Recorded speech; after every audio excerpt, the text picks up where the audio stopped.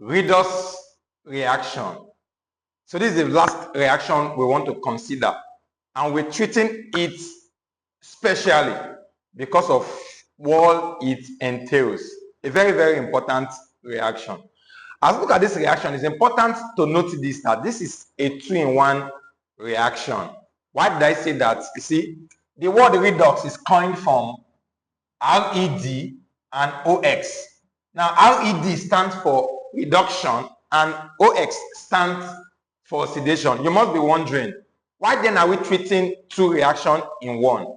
And that is because of the peculiarity of this reaction, that oxidation cannot occur without a reduction occurring simultaneously, or reduction occurring without oxidation occurring simultaneously. So they go hand in hand. And so redox reaction is one in which one of the reacting species is oxidized while the other is reduced. You see, it means that this type of reaction, that one of the reacting species helps the other one to either achieve oxidation or reduction. Hence, they are termed oxidizing and reducing agents. One of the reacting species is termed the oxidizing agent, while the other is termed the reducing agent. The species that undergoes oxidation is actually termed the reducing agent, and that species that undergoes reduction is termed the oxidizing agent. All of this you will see as we look at examples on redox reaction, and you understand why it is so. So we want to look at the different definition of redox reaction. Well, the definition has gone from one to another through these years, but the oldest definition of redox reaction is in terms of oxygen. You see, oxidation is defined as the addition of oxygen to a substance, while reduction is defined as the removal of oxygen from a substance. Now let's look at this now. Let's take, for instance, this reaction. We have two reactants here. Understand, the reactant may be 2 or 3, but at least 2. Let's look at these 2 reactants now. This is carbon and this zinc oxide. Now this carbon does not have oxygen, so it cannot give out oxygen, but rather accept. When it accepts oxygen, the only thing it can look like here in the product is this. So carbon on addition of oxygen becomes CO2, and that process should be called oxidation. Why? The addition of oxygen to a substance. Now understand, because carbon added oxygen is called, the process is called oxidation. But where did he get the oxygen from? From this guy. So this guy is the oxidizing agent. This guy is the agent that gave him the oxygen on which it accepted to become oxidized. Now, on looking at this now, zinc oxide already have oxygen, so it has no option than to give out oxygen here. If it gives out its oxygen, it left with just ordinary zinc. And that process of giving out oxygen is called reduction. And now, because it gives out its oxygen, somebody must be ready to collect it, and that's carbon. Carbon collected the oxygen. So carbon is the reason why this guy gave out its oxygen, and therefore it becomes the reducing agent. So that is that in terms of oxygen. So you can use this in terms of oxygen for any other redox reaction. But understand, before you can use this, the substance must contain oxygen. The next one now is in terms of hydrogen. Oxidation is the removal of hydrogen from a substance, and reduction is the addition of hydrogen to a substance. Now let's look at this now. We have chlorine reacting with hydrogen sulfide. Obviously, one of these reactants must be the oxidizing agent, while the other is the reducing agent. And let's find out how to know. Now, because we are using in terms of hydrogen, this chlorine and does not have hydrogen. So it has just one option, to add hydrogen to itself. If it adds hydrogen to itself, it will become like HCl, and that's that here. So addition of hydrogen to a substance, that is reduction. Obviously, who gave chlorine the hydrogen? That's hydrogen sulfide, and it becomes the reducing agent. You are the agent that gave it the hydrogen it needed to be reduced. And now this guy already have hydrogen, so it can only lose that hydrogen. On losing that hydrogen, it becomes just sulfur. And that's what we have here. That's called oxidation. Now, it lost that hydrogen to chlorine. So chlorine becomes the agent that accepted that hydrogen. And that process, that makes it the oxidizing agent. Understand that OA is the oxidizing agent and RA is the reducing agent. So that's about this when you're looking at it in terms of hydrogen. So the next one is in terms of electronegative elements. You see, oxidation is the addition of electronegative elements to a substance, while reduction is the removal of electronegative elements from a substance. Now, when we talk about electronegative elements, it's important to understand what are electronegative elements or examples of electronegative elements. Well, the most electronegative element is fluorine. And then we have oxygen.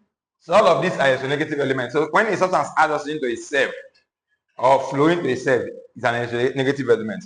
Another one is chlorine, nitrogen, sulfur, on and on, etc. These are electronegative elements. So looking at here, the only electronegative element I have here is chlorine. And if you look at sodium here, it's just on its own. If it adds electronegative element to itself, that is called oxidation. And that's what has happened here. It added chlorine to itself, and that's oxidation because it added electronegative elements to itself. Therefore, itself is the reducing agent. We know that, or you can use a knowledge of what we've done previously to judge that. But it's the reducing agent, and this guy becomes the oxidizing agent because he donated the chlorine to sodium. Obviously, you don't need to know without any doubt, and we'll look at that in our next definition, that this guy will undergo reduction. Why? I'm not going to mention that until we get to the next definition. But this guy has undergone reduction. So let's look at the next definition now. Number 4, or the 4th definition, is in terms of electropositive elements. Oxidation is the removal of electropositive elements from a substance, while reduction is the addition of electropositive elements. But like I said earlier in the previous definition, you also need to understand what an electropositive element is. You see, examples of electropositive elements are like potassium, sodium, calcium, magnesium, aluminium, zinc, and so on and so forth. These are electropositive elements and arranged, well, in order of their electropositivity. Now, understand now that the only electropositive element here is sodium. And if chlorine adds electropositive element to itself, that is reduction. So to see chlorine here, on its own, adding an electropositive element, and that is reduction, because reduction is the addition of electropositive elements. So itself becomes the oxidizing agent. And that's the reason what I was saying here earlier. I didn't say that because we've not gotten to in terms of electropositive elements. So if I say chlorine undergoes reduction because it added electropositive element to itself, you may not understand that because first of all, you might not know what an electropositive element is, and we've not defined oxidation and reduction in terms of electropositive elements. But right here, since we've done that, it added sodium to itself, which are electropositive elements. So that is reduction. And obviously, this guy added electronegative elements to itself, and that is oxidation. So that's that about that, and it becomes the reducing agent. So the next one now is in terms of oxidation number. Well, for me, this is the most versatile definition for redox reaction, or the most useful of them. And that's because every other definition has its limitation. And so we'll get to talk about that later. But one thing here is that you must know how to calculate oxidation number, and you must know how to do that very, very fast. And so how do we define oxidation? Oxidation is defined as the reaction or the process that leads to increase in oxidation number of a species, while reduction is defined as the process or reaction that leads to decrease in oxidation number of a species. Now, let's look at this now. We have 2 examples here. We have iron 2 oxide with oxygen to give you iron 3 oxide. Now, let's see how we want to tell which reagents or which of these species undergo oxidation and which one undergo reduction. Well, quite an easy one. The first thing you need to know is what is the oxidation number of iron here, and what is the oxidation number of oxygen here, and what is the oxidation number of this oxygen gas here. Well, very, very simple. It's important to note that the oxidation number of oxygen is usually -2. And we've treated how to calculate oxidation number in our video, and I'm going to drop the link in the comment section. So you need to go and know very fast how to calculate the oxidation number. I taught my students with just your eye, you can just tell. Like for instance now, this ion here is +2, that's the oxidation number. This oxygen here is 0. So you need to know that. But even if you don't know, you can do that very, very quickly here now. You see, because we have FeO. So I can tell that, let's assume that the oxidation number of ion here, Fe, is X, plus oxidation number of oxygen here is -2.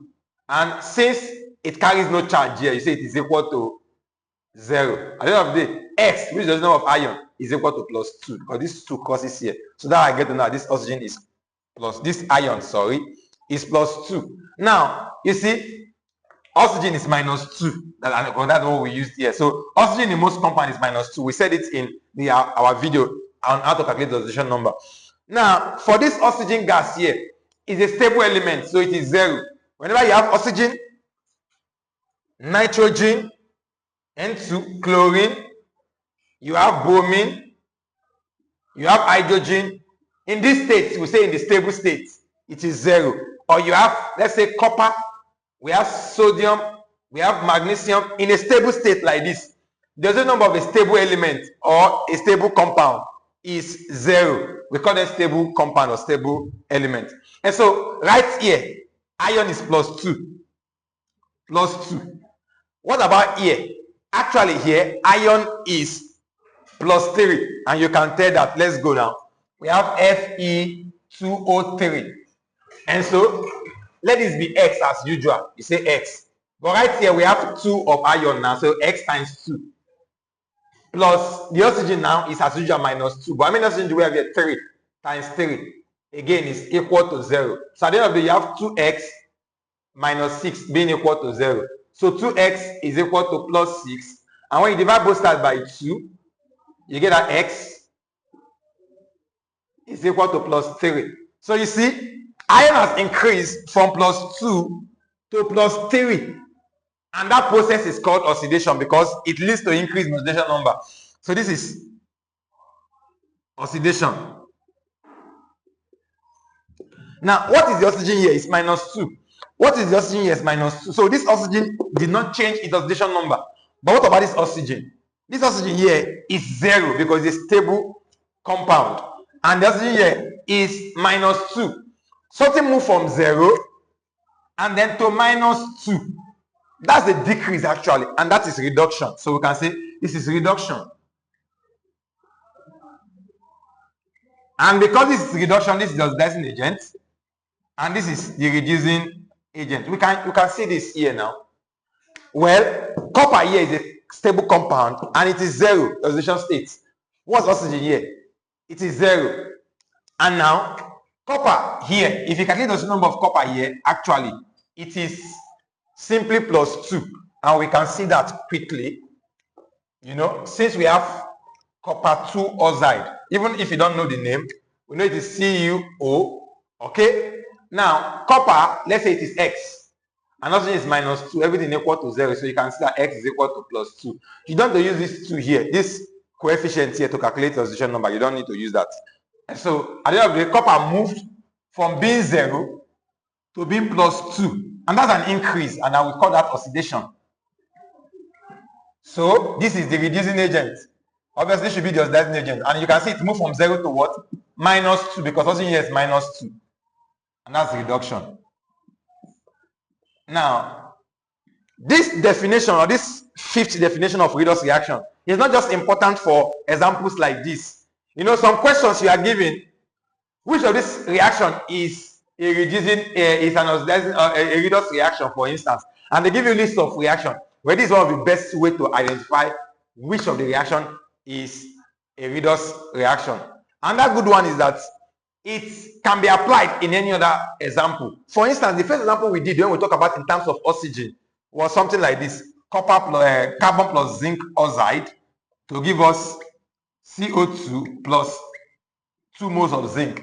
Well, because I know that carbon is 0 here, and this carbon here, carbon is +4 here, and you can tell why carbon is +4 here, because this is CO2, And you know, let's say this is X plus oxygen is minus 2 as usual times 2 because there are 2 oxygen here and this is equal to 0. At the end of the day, you say that your X should be plus 4. So carbon has moved from 0 to what? To plus 4. And that's oxidation. Oxidation. And if you check when we did this in our first definition, it correlates actually.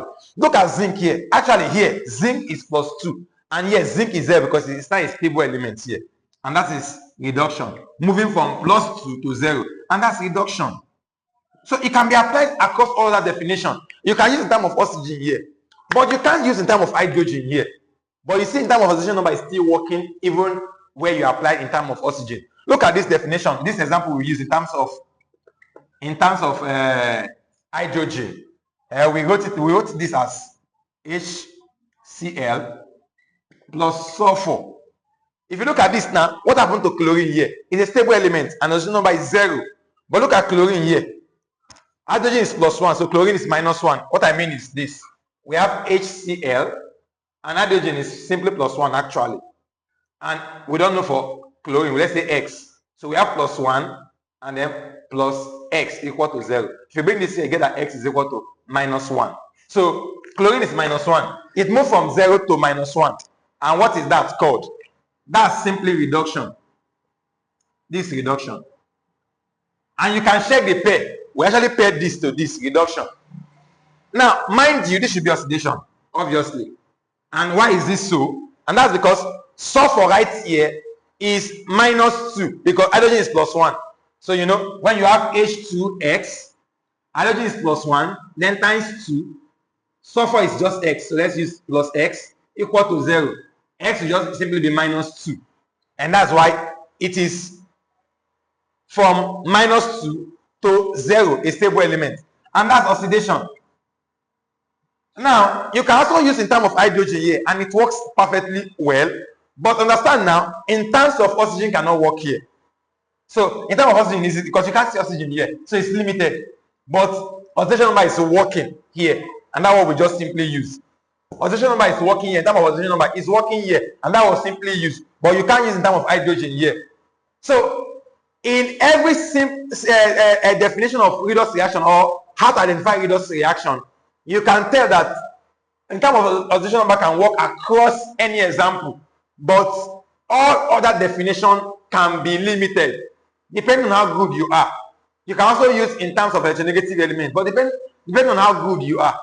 You can also use in terms of, which is last definition actually, electron loss. But depending on how good you are, but oxidation number is very, very easy to use, and you can go and learn that out of it oxidation number of an element in the comment, through the video in the comment, the link in the comment section, so that you can also do this as well. Lastly is in terms of electron transfer. What then is oxidation? Oxidation is the process of electron loss, while reduction is the process of electron gain. And so let's look at this now. To use this actually, you need to understand our redox, the oxidation number thing we just finished doing. You see here, the oxidation number of iron is plus 2, so you note that down, Fe2 plus. While here, oxidation number of iron is plus 3. Now, what do you think has happened to iron if it's plus 2 and became plus 3? It has lost electron, and then we'll put that electron here. Whenever an atom loses electron, I always say my student that it is written on the product side. You know, a reaction has reactant side and the product side. The electron you can see on the product side is actually called an electron loss. And let me explain why. You see, in chemistry, we don't allow minus. Obviously, I don't think you've seen anything like this. HCl loses chlorine and become H. That's wrong, actually. So you write like this, HCl, H. But if this chlorine crosses here, minus crosses the arrow sign, it becomes plus. Just like where minus crosses an equal to sign, it becomes plus. And that's what we're talking about here too. Because it ought to be like this, loses electron and become Fe3 plus. Because we don't use minus. You remove this minus E and cross it here, it becomes plus E. That's what we're talking about. So that's why it's like this. So any electron seen written on the polar side is actually an electron loss. And the process of electron loss is called what? Oxidation. So simply put that iron has undergone oxidation. Now you see this chlorine here, -1. See this chlorine here, -1. So it didn't change oxidation number, so we don't talk about it. But look at this chlorine here, a stable element, it is 0. And look at the chlorine here, -1. Let's balance the atom, so let's put 2 here, since there are 2 chlorine here. So you see, every single chlorine here actually gained an electron to become Cl-. And since there are 2 chlorine here, you say they gain 2 electrons, because 1 chlorine gain 1, and the second chlorine gain 1 electron. And so this is it now. So this electron gain. Whenever you see electron written on the reactant side of an equation, it's an electron gain actually. And the process of electron gain is called what? Reduction. And so that's that about this last definition.